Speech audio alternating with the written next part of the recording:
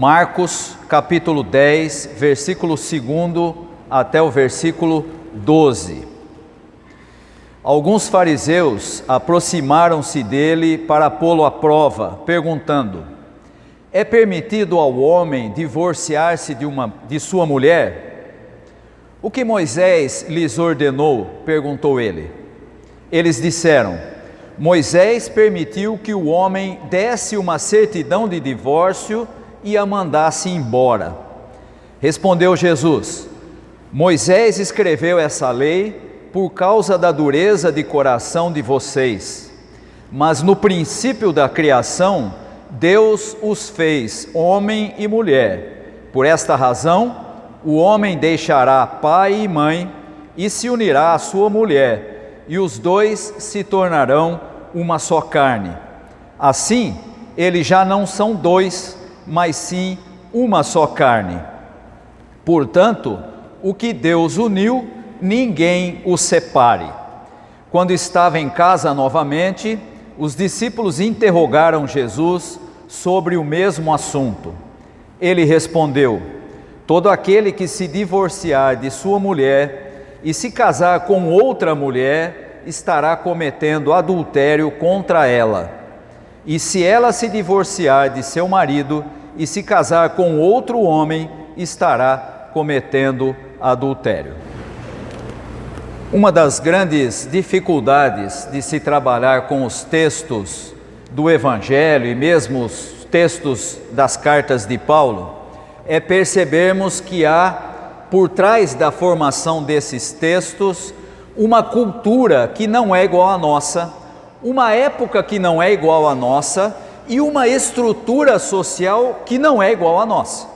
E quando a gente não percebe essas variantes, e obviamente que ninguém tem que saber como é que a sociedade funcionava, como ela era estruturada e nem mesmo como funcionavam as coisas dentro da sociedade, é muito fácil da gente ir até o texto, pegar uma parte dele e dizer: olha aqui, tá vendo? Isso tem que funcionar agora na nossa sociedade, que é diferente, que tem outras formas de organização, que tem outra maneira de compreender aquele mesmo tema.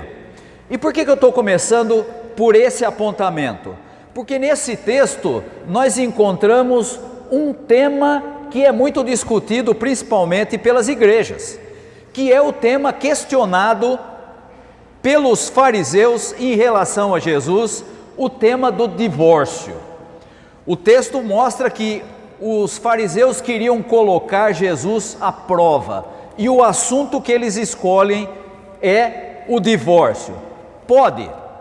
Não pode? Como é que funciona? Está certo ou está errado? E aí então nós precisamos entender como é que Jesus lida com esse tema dentro daquela cultura, para que a gente possa entender como isso funciona dentro da nossa cultura. Logo de início nós vemos que Jesus devolve a pergunta àqueles fariseus, questionando o que é que a lei dizia. E aqui, quando Jesus diz, o que é que Moisés ensina, é como, vou fazer aqui uma comparação, é como se Jesus estivesse jogando no campo do adversário. Ora, não eram os fariseus que eram especialistas em lei? E aí o que Jesus faz? Ah, vocês querem saber esse assunto? O que é que a lei que vocês tanto prezam fala a respeito disso?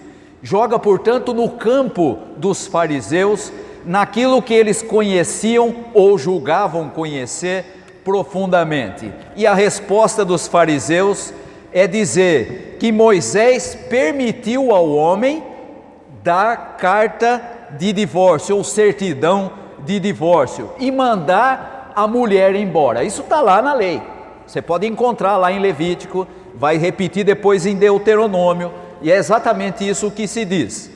Mas é preciso perceber que a motivação para essa certidão dependia principalmente da interpretação que os rabinos davam a essa lei. E isso é importante a gente entender, porque nós estamos ali no primeiro século, e a lei vem lá do Antigo Testamento há muito tempo, e as interpretações dessa lei variavam. Havia fariseu e havia intérprete da lei, e havia inclusive rabinos, que diziam o seguinte: só há um motivo que é capaz de gerar a certidão de divórcio, que é o fato da pessoa ter adulterado. Havia outros rabinos que diziam: não, a lei diz que se o homem achar alguma coisa feia na mulher, ele pode dar carta de divórcio. E essa coisa feia pode ser interpretada como ele encontrar uma outra mulher que seja mais bonita que aquela. Ele achou nela uma coisa feia, na verdade ele achou uma mais bonita, né? Eu costumo brincar com isso. Os homens têm uma mania de fazer isso quando chega na crise da meia-idade, passa dos 40 anos, né? O sujeito está bem de vida e ele começa a pensar assim: vou trocar a minha mulher que tem 44 por duas de 22. É exatamente essa ideia que estava aqui na interpretação de alguns dos rabinos. Mas tinha um rabino, e não um só, mas um grupo de rabinos, que dizia o seguinte: essa lei é mais ampla.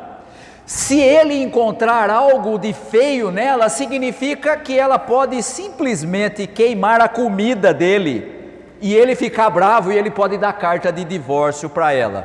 E você já percebeu aí que essas interpretações iam gerar reações das mais diversas. O sujeito podia se divorciar por uma questão complexa ou até por uma coisa banal.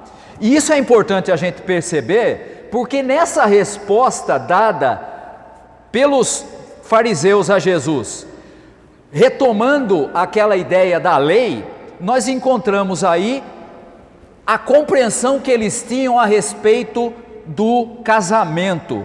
A cultura da época de Jesus tinha uma compreensão do casamento completamente diferente daquela que nós temos hoje em dia. E isso é importante a gente entender, porque Jesus vai responder a essa questão levantada pelos fariseus, dizendo que Moisés escreveu essa lei por causa da dureza do coração do homem. Era muito mais uma correção de rumo do que uma coisa a se buscar. A lei vem para corrigir algo que o homem já estava deturpando. E aí então nós temos que entender como que era o significado do casamento na cultura da época de Jesus. Sabe como é que funcionava? Uma família oferecia um homem, normalmente um jovem, e outra família oferecia uma mulher. O casamento entre esses dois representava a fusão dessas duas famílias que estavam envolvidas. Era algo muito maior do que duas pessoas se juntando. Era a junção de duas famílias. Havia ali interesses econômicos, havia ali interesses políticos, havia interesse de uma família estar ligada à outra. Muito diferente do que acontece hoje, quando alguém se interessa pelo outro, seja um homem, seja uma mulher, e eles se gostam e eles resolvem que vão se casar. Não era assim. Havia todo o envolvimento das duas famílias. E quando acontecia o divórcio, isso implicava na dissolução desses laços mais amplos entre as famílias. Criava um litígio, um problema entre as duas famílias. Uma passava a ser agora quase que uma inimiga da outra. Era assim que funcionava. E aí então, quando isso gerava essa situação de alguém querer dar carta de divórcio para o outro, né, e normalmente era sempre o homem que podia fazer isso gerava um problema social, um problema dentro das famílias. E aí então nós vamos encontrar Jesus respondendo a essa questão, voltando lá no início, dizendo que o plano de Deus, quando criou o homem, era que houvesse harmonia entre homem e mulher. O homem saía do seu ambiente familiar para criar uma nova família ao lado da sua mulher, tornando-se, na expressão de Jesus, uma só carne, uma nova unidade em que um pertence ao outro. E essa expressão de Jesus significa que mais do que um relacionamento legal, que é a preocupação dos fariseus, para Jesus o casamento é um relacionamento que eles consideravam de sangue, que não pode ser desfeito legalmente. Alguém que era unido dessa forma que Jesus explica, não devia se separar. Alguém que era unido dessa maneira, compreendendo como era o propósito de Deus, não deveria se separar, porque cumpria a vontade de Deus para o homem e para a mulher.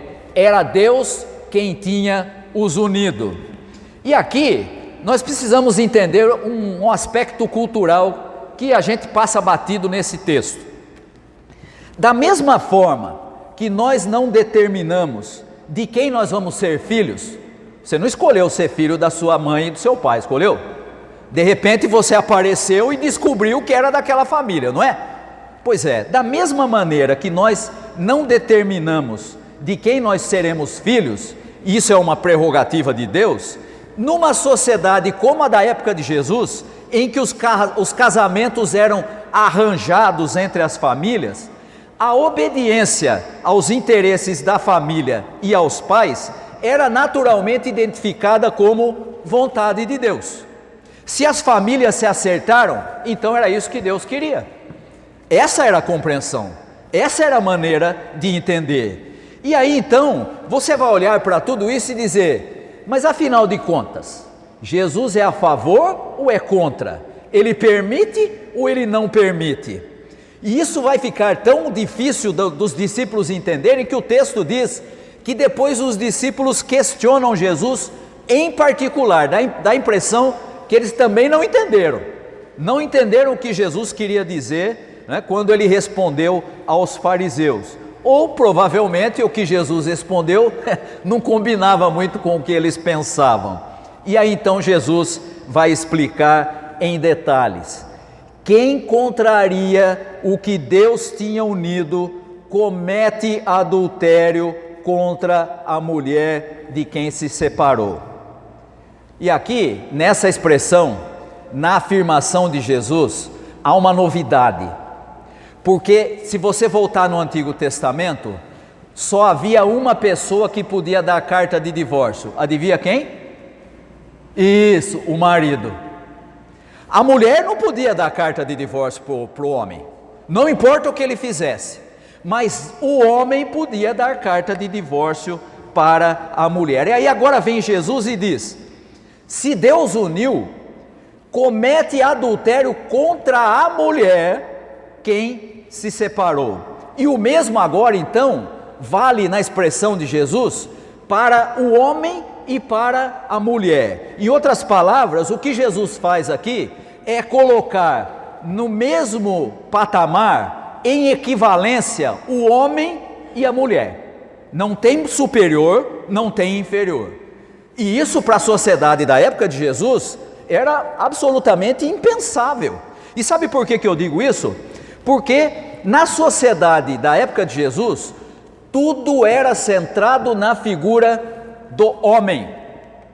Tudo era centrado na figura do homem. Uma mulher casada que tivesse relações sexuais com outra pessoa que não o marido, era considerada adúltera.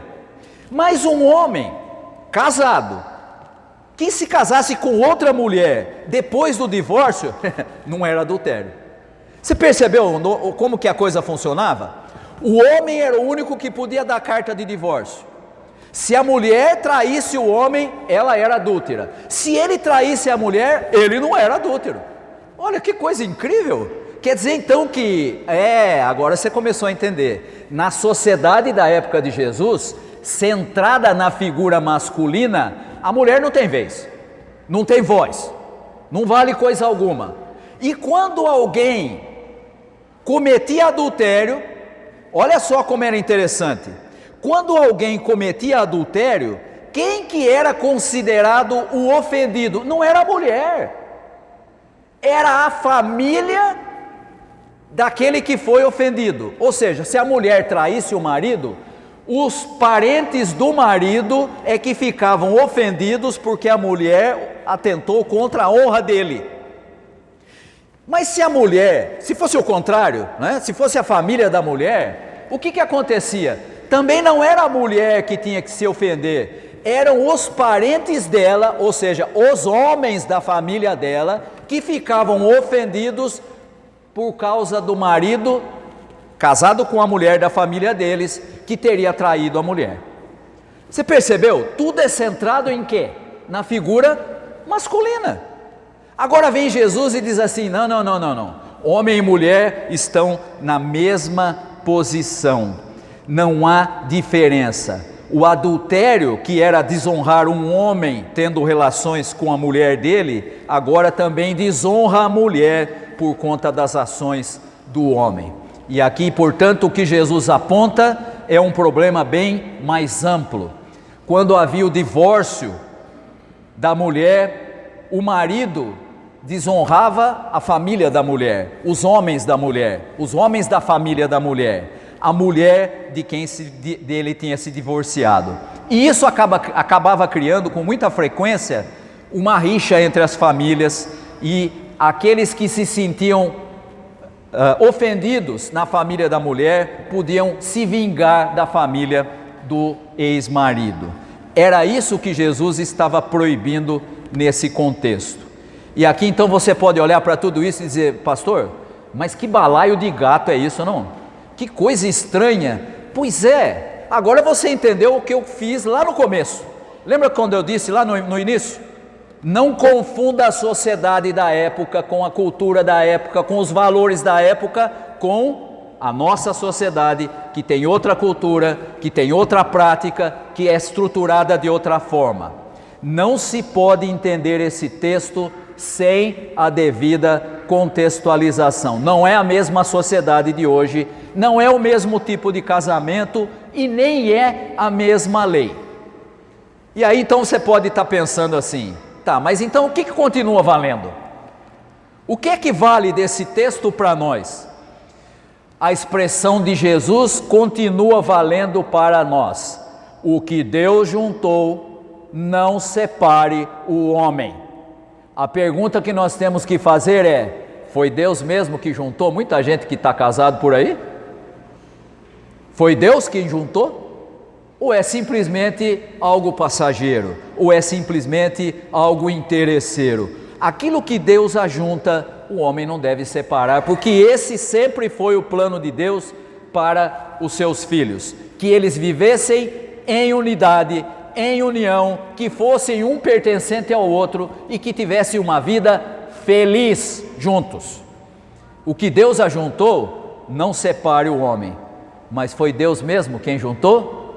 Quando nós avaliamos hoje, na nossa sociedade, os casamentos, e hoje cada vez mais se casa e se descasa com muita facilidade, não tem nenhuma dificuldade em se casar e se descasar, apesar de todo o problema que isso gera em termos gerais na vida da pessoa e na vida da família e filhos e tudo mais. Nós temos que nos lembrar da orientação de Jesus, que continua valendo para nós. O que Deus juntou, não separe o homem. Precisamos ver se foi Deus que juntou, porque há muita gente vivendo infeliz porque se casou com interesses outros que não a vontade de Deus.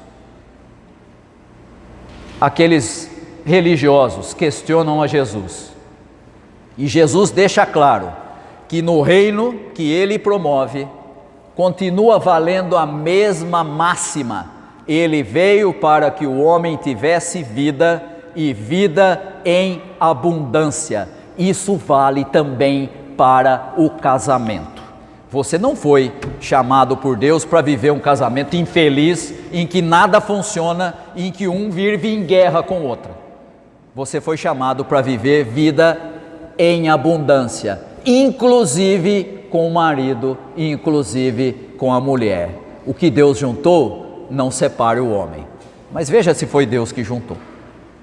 Quando não for ele, quando for outros interesses, com certeza não vai haver vida em abundância, não vai haver felicidade, não vão se tornar uma só carne, e aquilo que no texto nós aprendemos com Jesus fica evidente para nós. Que nós possamos aprender com o ensino de Jesus nesse texto e que nós possamos perceber que continua valendo para nós a afirmação de Jesus: o que Deus juntou, não separe o homem. Nós devemos viver a nossa vida em união com a nossa mulher, com o nosso marido, uma vida que seja em abundância. Essa é a vontade de Deus para nós. Que Deus nos abençoe. Amém.